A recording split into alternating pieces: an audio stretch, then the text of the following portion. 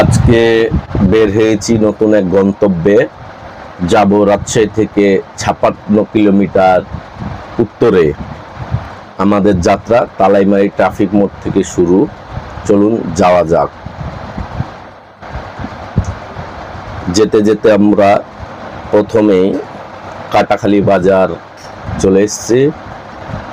রাজশাহী ঢাকা মহাসড়ক ধরেই আমাদের যাত্রা শুরু হচ্ছে। কাটাখালী বাজার অতিক্রম করার পরে আমরা চলে এসেছি Bangla track cricket academy. Cricket academy পার হয়ে আমরা এখন কাপাসিয়া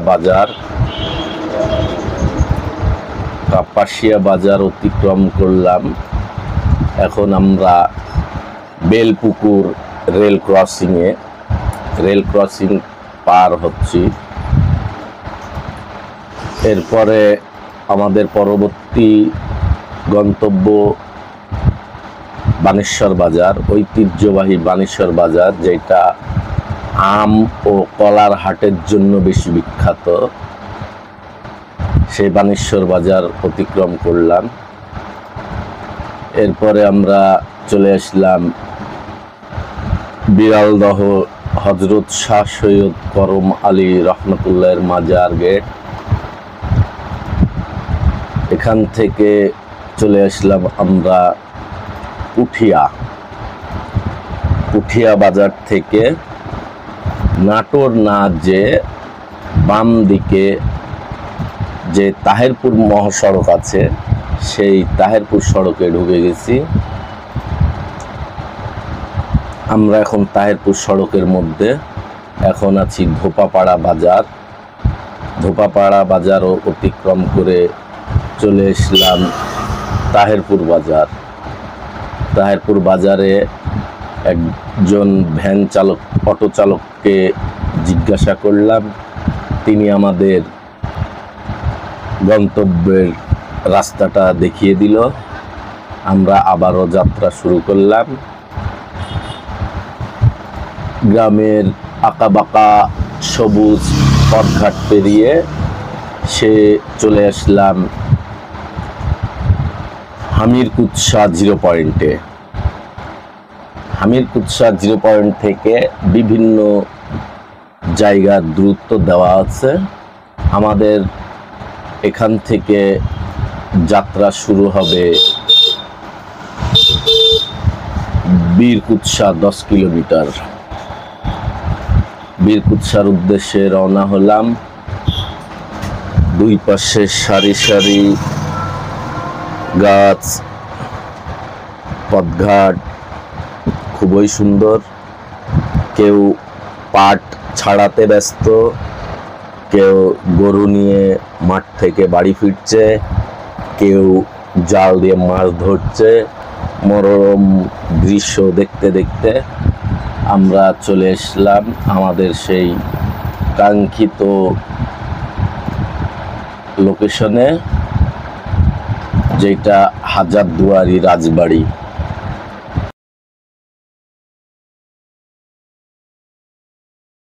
আমি দাঁড়িয়ে আছি রাজবাড়ি গেটে প্রবেশের প্রধান ফটকের সামনে। আমার হাতের বাম দিকের রাস্তাটা গেছে রেলওয়ে স্টেশনে, আর ডান দিকের রাস্তাটা গেছে ভবানীগঞ্জ তাহেরপুরের দিকে।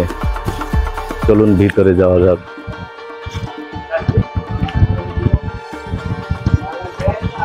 আসসালামু আলাইকুম রহমতুল্লাহ। আলহামদুলিল্লাহ, আমি ভালো আছি।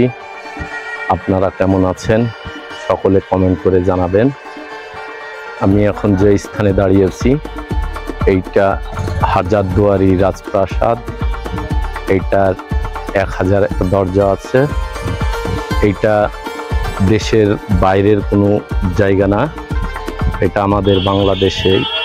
আমরা হাজারদুয়ারি দেখলে বা হাজারদুয়ারির নাম শুনলেই মনে করি ভারতের পশ্চিমবঙ্গের মুর্শিদাবাদে অবস্থিত হাজারদুয়ারি প্যালেস।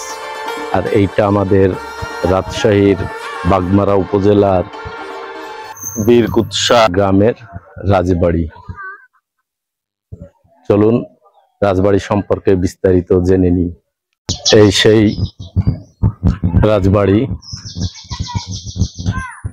এক সময়ে জমিদারদের বসবাস থাকলেও এখন এইটা জরাজীর্ণ অবস্থায় পড়ে আছে।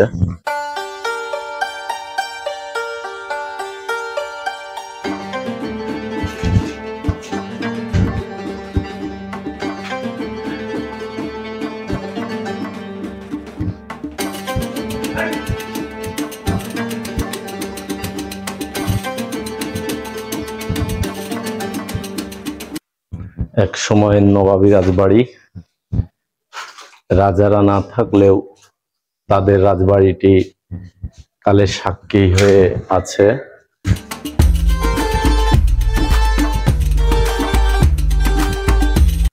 লোহার সেই অ্যাঙ্গেল দিয়ে ছাদ বানানো হয়েছে।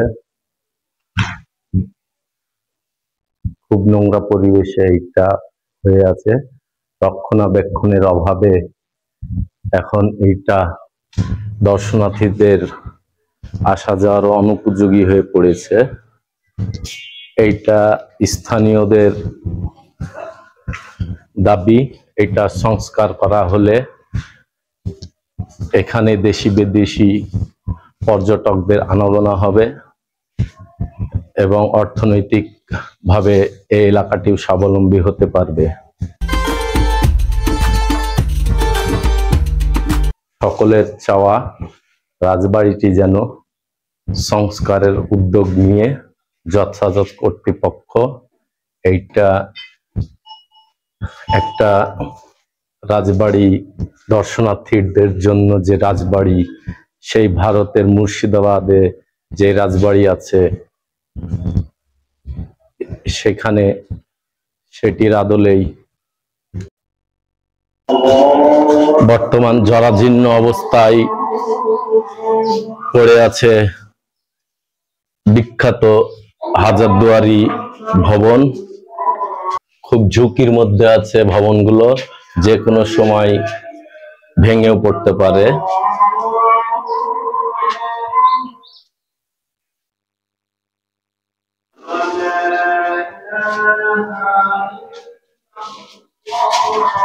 আমি আছি হাজারদুয়ারি রাজবাড়ির ছাদে।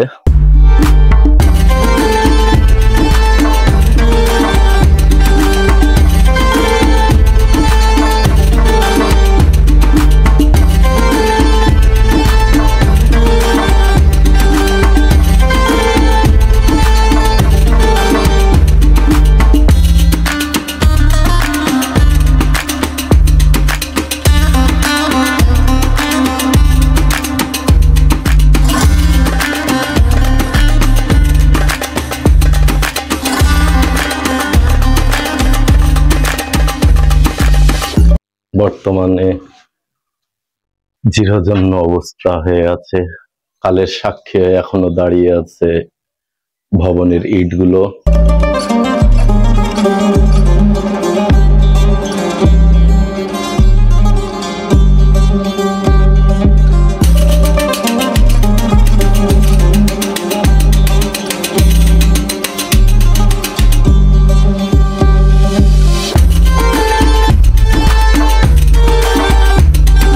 হাজারদুয়ারিতে আপনারা আসবেন কিভাবে, কত সহজে আসা যায়, সবশেষে সেই বিষয়ে আলোচনা করব। ভিডিওটি দেখতে থাকুন। আমরা এখন নিচের দিকে নামবো।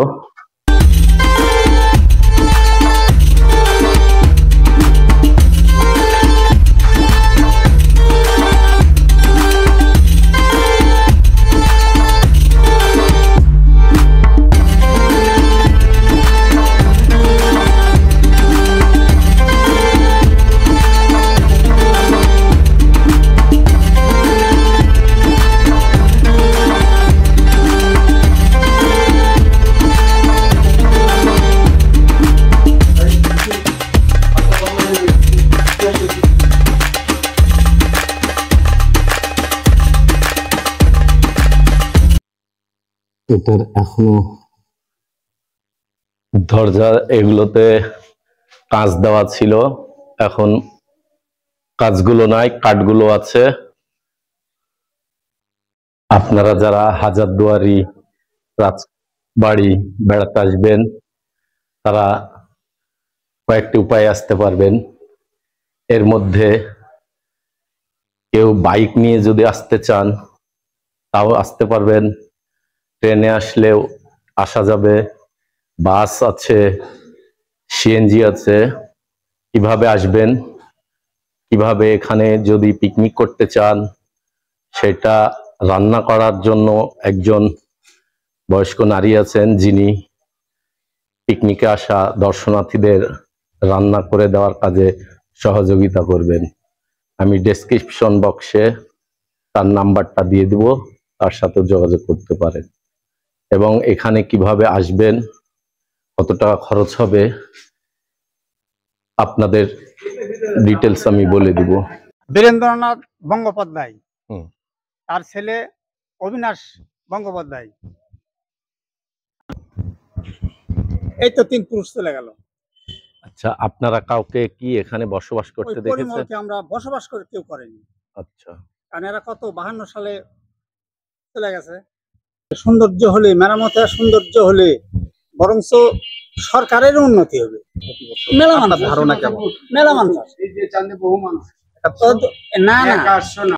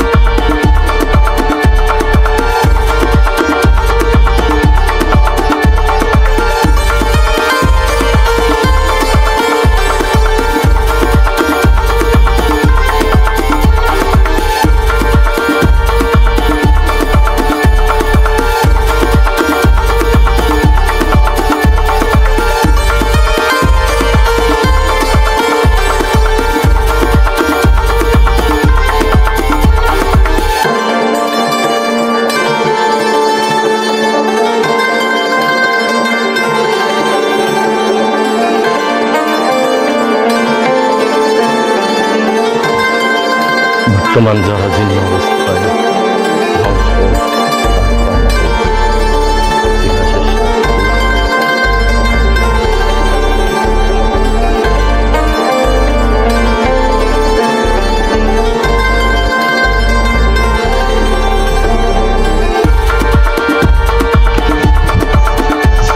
সব অযত্ন অবহেলায় পড়ে আছে। কোন ক্লাসে পড়েন? 9 আপনার এটা রাজারই একটা অংশ ছিল, আর পরিবারের হচ্ছে একটা বাসভবনের মতো, কিন্তু পরে এটা হচ্ছে আপনার বিদ্যালয় হিসেবে স্বীকৃতি পায় যায়। তখন থেকে মানে 1917 সাল থেকে এটা বিদ্যালয় রূপে স্থানান্তরিত হয়। সেই থেকে আজ পর্যন্ত এখানে শিক্ষা কার্যক্রম শুরু হয়। এক সময় হতো, আজ থেকে প্রায় 30-40 বছর, 20-30 এরকম বছর, মানে আমাদের আব্বুদের সময় এখানে হয়েছে। আবার হচ্ছে আপনার ওই রাজবাড়িতে অনেক ক্লাস হতো 6-7 এর। আচ্ছা, যেহেতু আপনারা শিক্ষার্থী, এটা আসলে সংস্কার দরকার। যেমন আপনার এটা যেভাবে আছে, এটা পুরো একটা পরিত্যক্ত অবস্থায়, মানে এখানে যে ঢুকে কেউ দাঁড়ায় থাকবে এরকম কোনো পরিস্থিতি নেই, বুঝতে পারছেন? এখানে হচ্ছে আপনার ম্যানেজমেন্টের পক্ষ থেকে এটা ঠিকভাবে করতে হবে। আর এই রাজবাড়ি দেখেন একটা জানলা ঠিক নাই। হাজারদুয়ারি রাজবাড়ি, এটা আমাদেরই বাংলাদেশের রাজশাহী জেলার বাগমারা উপজেলার এই রাজবাড়িটির অবস্থান। এইটাই 1000টাই দরজা আছে। একসময় এখানে সকলেই বসবাস করত, এখন কালের বিবর্তনে সবাই হারিয়ে গেছে। স্থানীয় সহ আশপাশের সকলের একটাই দাবি, এই রাজবাড়িটি দ্রুত সংস্কার করা হলে দেশি বিদেশি অনেক পর্যটকদের আনাগোনা থাকবে, অর্থনৈতিকভাবে এই এলাকাটা অনেক উন্নয়ন করবে, পাশাপাশি রাজস্ব পাবে সরকার। তাই সকলের দাবির সাথে একত্রতা প্রকাশ করে আমিও বলতে চাই, এই রাজবাড়িটি দ্রুত সংস্কার করে পর্যটকদের জন্য একটি আকর্ষণীয় পর্যটন কেন্দ্র যেন গড়ে ওঠে সে ব্যবস্থা করবেন। হাজারদুয়ারি রাজবাড়ির নিকটবর্তী রেলওয়ে স্টেশন বীরকুৎসা।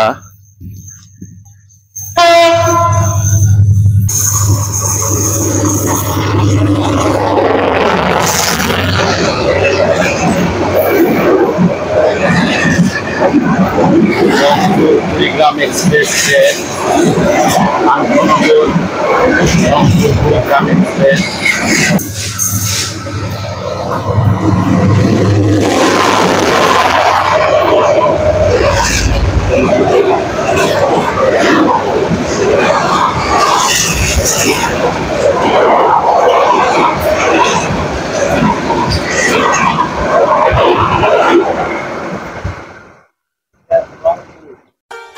এই বীরকুৎসা রেলওয়ে স্টেশনটাই ভাগ করেছে দুই জেলাকে। আমি যেখানে দাঁড়িয়ে আছি আমার বাম পাশে হচ্ছে বাগমারা, ডান পাশেরটা হচ্ছে নাটোর।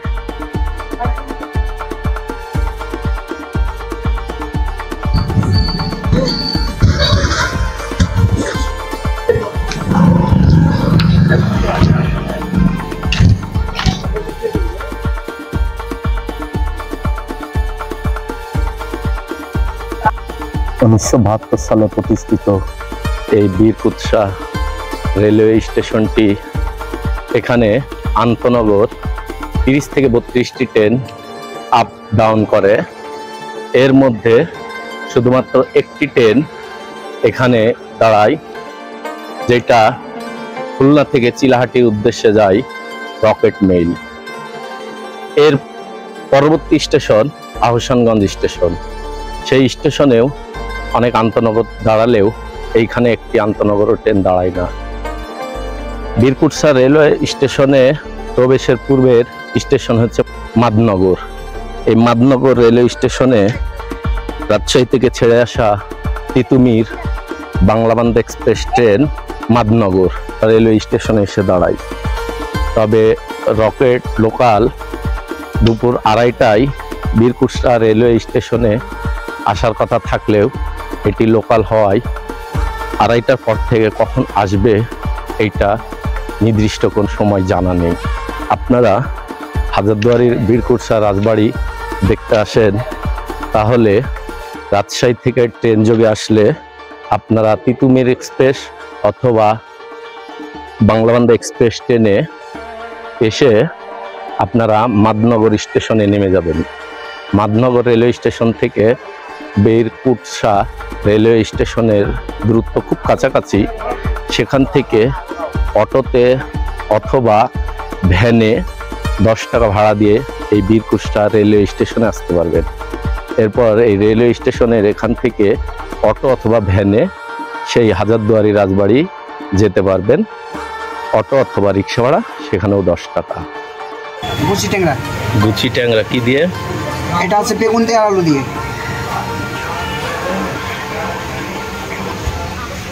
পোলট্রি পোলট্রি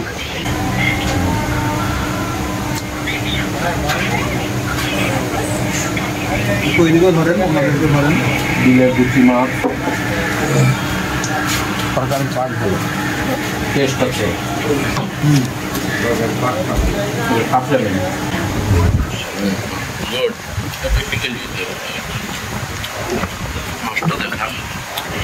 বিলের গুচি মাছ রান্নাটাও খুব সুন্দর হয়েছে। তরকারির কালারটা দেখুন একটু ভাড়া করে দেবেন।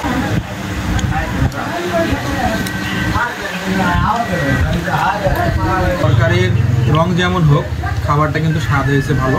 হোটেলটা স্টেশনের একদম পাশে, রেল লাইনের পাশে। তো আপনারা আসলে এখানে উঠবেন, ভালোই খাবার, রান্নাটা ভালো। বিলের তরতাজা গুচি মাছ, ট্যাংরা মাছ, পটল এবং বেগুন দিয়ে ঝোল করা খাবারটা খুবই টেস্টি এবং আমার ভালো লাগলো।